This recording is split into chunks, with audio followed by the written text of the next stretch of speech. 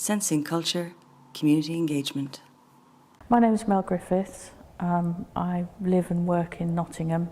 People are talking more and more about 3D printing, and I'd really love to see more of this. Now, to me, if I've got something that gives me the shape, then any sort of description of textures and colours and things that go with that shape means so much more. My name is Ken, and I'm a third year computer animation student at Portsmouth University. For my dissertation, I'm working with the Royal National Institute for the Blind, and we're making an interactive artefact for a mini exhibition that will be touring around. So hi, I'm Joanna Wood and I work at the University of Sussex, and I also am a trustee for the East Sussex Association of Blind and Partially Sighted People. So this morning we've been taking the draft script and we've been trying it out by walking around and having it read to us as we move around both the museum and the castle site, and just checking that the orientation is right, that it's got enough directions in but not too many so it doesn't feel too full. My name's Joseph Young. I'm the sound artist working on this Sensing Culture audio strand project.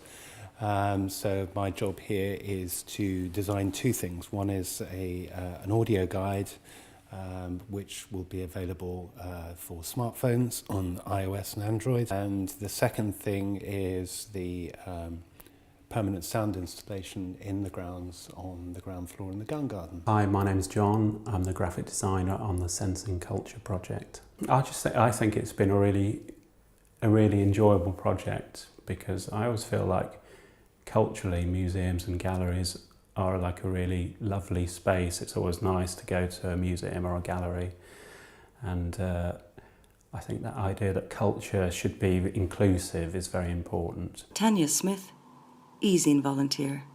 So you've got from Canterbury offering tactile workshops, you've got the Booth Museum with touch tours and that sort of thing, and then obviously Lewes with the soundscape.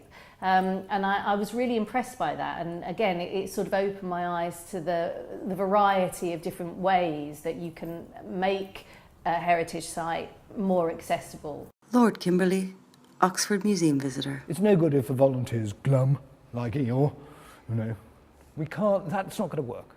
You need people who are enthusiastic, but at the same stage you don't get that without some time and some effort and doing it, so you have to experience it too. There are very few people who can go in and be ace from day one, but I think they're all, it's been good, and I think it's going to bring more depth to the museum in other ways, because then they take, that experience is not just used on the tour. That's going to be used with interactions with people, all people, not just us who have sight impairment. RNIB, supporting blind and partially sighted people. Supported by the National Lottery through the Heritage Lottery Fund. Brickworks Media, Art Matters.